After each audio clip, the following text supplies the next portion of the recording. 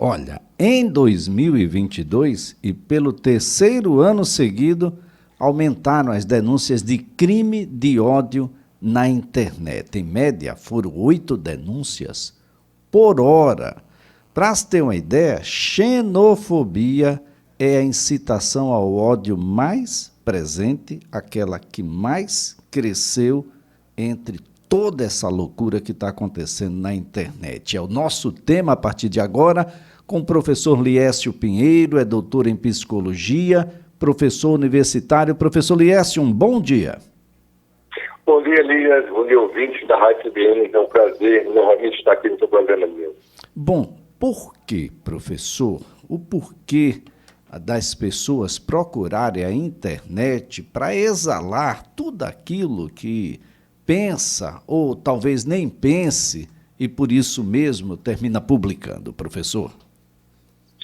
Elias, olha só, é um tema muito delicado ser discutido, porque a gente precisa compreender o que é o discurso de ódio, não é? E as pessoas, muitas vezes, elas estão confundindo a liberdade que eu tenho de me expressar, a liberdade de colocar o meu pensamento, a liberdade de uma certa reflexão sobre aquilo que eu não concordo com o discurso de ódio. Então, eu tenho duas questões diferentes aí, que é liberdade de expressão de um lado e do outro lado é o discurso de ódio. Quando a gente vai tentar conceituar o que é o discurso de ódio, é justamente ideias que incitem a discriminação racial, social, religiosa, voltada para determinados grupos esses que muitas vezes são minorias.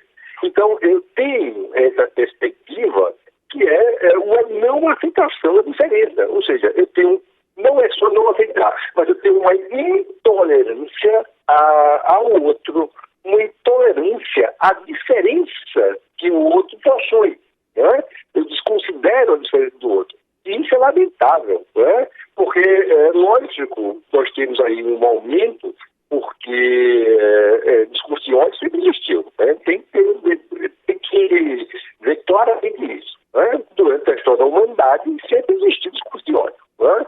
Xenofobia sempre existiu. Né? É só olhar a história da humanidade que você vai identificar. Agora, obviamente, a internet ela criou uma condição para que essas manifestações se intensificassem. Né?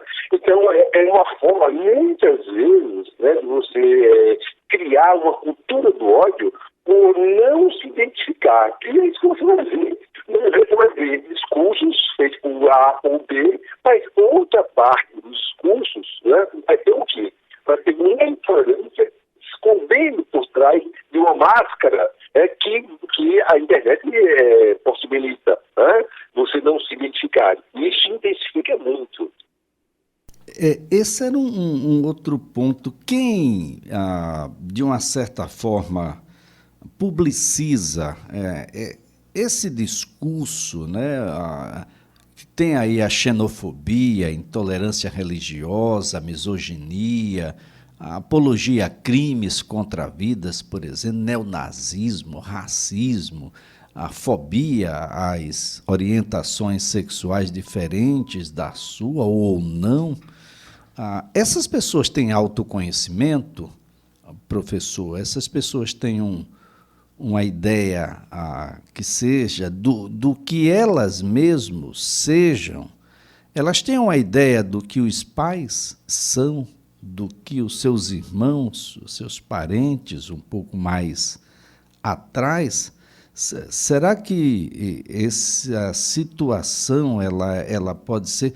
Professor, sintetizando, eu gostaria de saber se essas pessoas que transmitem essas ideias como sendo suas ou como sendo daqueles a que seguem, essas pessoas têm autoconhecimento, professor? Elas têm uma ideia de onde vêm, do que são, das suas raízes, dos seus pais, etc., ou atacam sem saber que pode ser um ataque a elas mesmas? Interessante a sua colocação, Elias.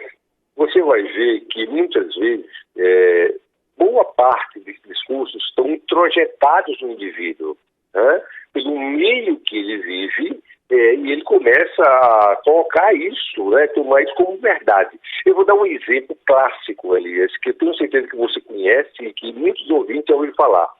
Em 1995, houve o massacre de Ruanda. O que é, na realidade, o que produziu o massacre em Ruanda? Imagine, 8 mil pessoas foram mortas, olha só, a golpes de facão. Né? Tem até um livro muito interessante chamado Uma Temporada de Facões, contando o que aconteceu em Ruanda. Isso em 94. Mas o que fez, na realidade, chegar a esse ponto de 800 mil pessoas serem mortas? Um discurso de ódio, né? Relativo a uma etnia específica, os Tutsis. Olha só. Então, o que eu estou vendo? Que esse discurso de ódio, ele é alimentado, né, cada vez mais, né, por pequenas doses de intolerância que muitas vezes nós reproduzimos por termos introjetados esses valores errôneos. Valores errôneos que nós podemos aprender na família ou, né, nos ambientes, no meio social em que nós vivemos. Isso tem a ver também com uma certa fragilização do indivíduo. Eu levo isso como verdadeiro e reproduzo. E nem sei por que eu estou reproduzindo. Né? Então você pega ódio a nordestino. Né? Porque existe claramente isso. Né? Grupo neonazista também tomando conta do país, tomando conta do mundo, porque esse processo de intolerância não é apenas no Brasil. Isso é um movimento mundial. Então o que acontece? Ódio nordestino, o que justifica? Então eu tenho, né, que colocar alguma coisa que justifique, por mais absurdo que seja, a minha mente ela começa a criar coisas absurdas. Nordestinos não são inteligentes, nordestinos não trabalham. E eu começo a criar uma série de especulações falsas para tentar justificar a minha ação. Né? Então, o que eu tenho aí? Eu tenho que grupos realimentam, né, todo o processo de intolerância e muita gente, pela sua fragilidade emocional, né, e até por uma não aceitação, né, de si, começa a reproduzir esses processos. Essa talvez a grande e grave preocupação, é a materialização daquilo que começou na internet, professor. Isso, né? Como eu falei a você, começa aí, o indivíduo acha que ele tem liberdade de expressão.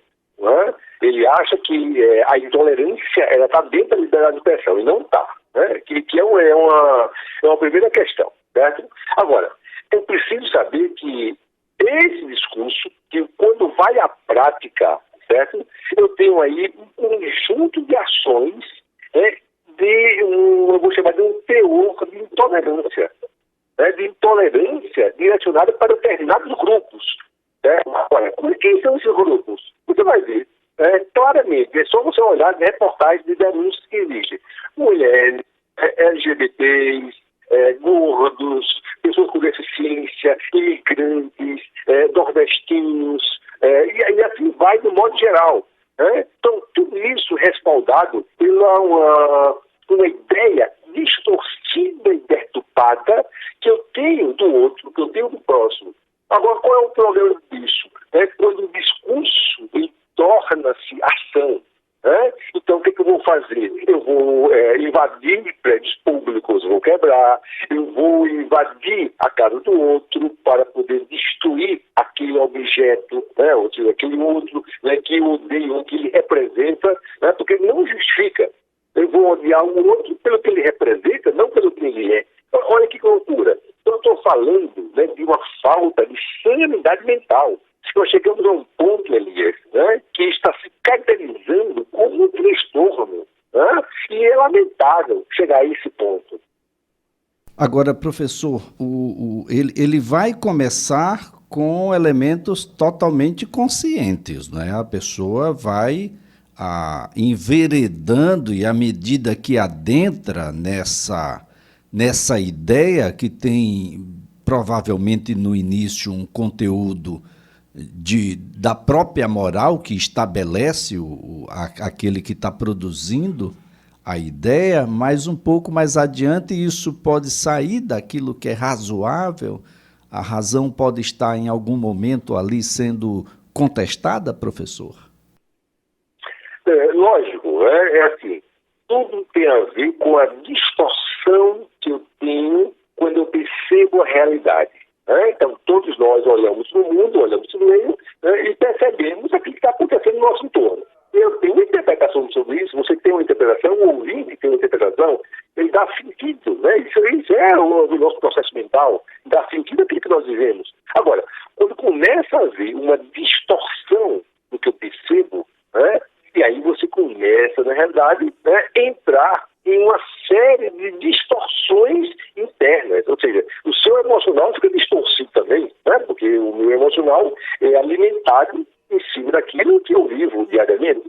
Então, a partir do momento que eu tenho, né, discursos, né, que são motivadores para a violência, muitos indivíduos que deveriam ter, né, uma condição moral, uma condição de discernimento sobre o certo e o errado, ele começa a entrar em uma confusão. Ele começa a ver, né, o que é ódio, o que é intolerância, como algo aceito, como se fosse algo que ele tem direito a fazer, porque ele não concorda com o outro. Então, eu estou falando de quê? De um processo de distorção. E isso é muito triste do que está acontecendo. Sempre aconteceu, eu quero frisar isso para os ouvintes, isso sempre aconteceu na história da humanidade. Agora, é um caminho, sem volta. Lamento dizer isso. É um caminho sem volta porque isso acaba numa estrutura de violência tão grande que pode, abalar uma diversas estruturas, estruturas sociais mesmo. Então, o que acontece? Nós precisamos combater esse tipo de discurso das mais diversas formas. Não só com conscientização, é importante a conscientização, mas eu preciso aplicar a lei também. Eu preciso fazer com que a lei seja cumprida. Então, eu quero que o povo compreenda que tem uma diferença entre o que eu penso e o que eu falo. Não é? Então, a intolerância tem a ver com as minhas ações e o meu desprezo pelo outro, como esse ódio eu manifesto. Muito bem, doutor Liésio Pinheiro, mais uma vez a nossa gratidão pelas informações, pela colaboração aqui prestada, de modo que as pessoas possam compreender de que esse é um país ele é multirreligioso, ele é multicultural, ele é multirracial, enfim, esse é um país que dizer que algo é genuinamente só aquilo é muito complexo, doutor. Tem que olhar para trás, ver a árvore genealógica, ver de onde vem, para a gente poder ter um pouquinho mais de responsabilidade com o que fala do outro, né? Melhor falar de si. Falar do outro é sempre uma responsabilidade muito grande. Fala de bem, então. Doutor Liésio, muito obrigado. Obrigado, Elias. Obrigado, ouvinte da Rádio CBN.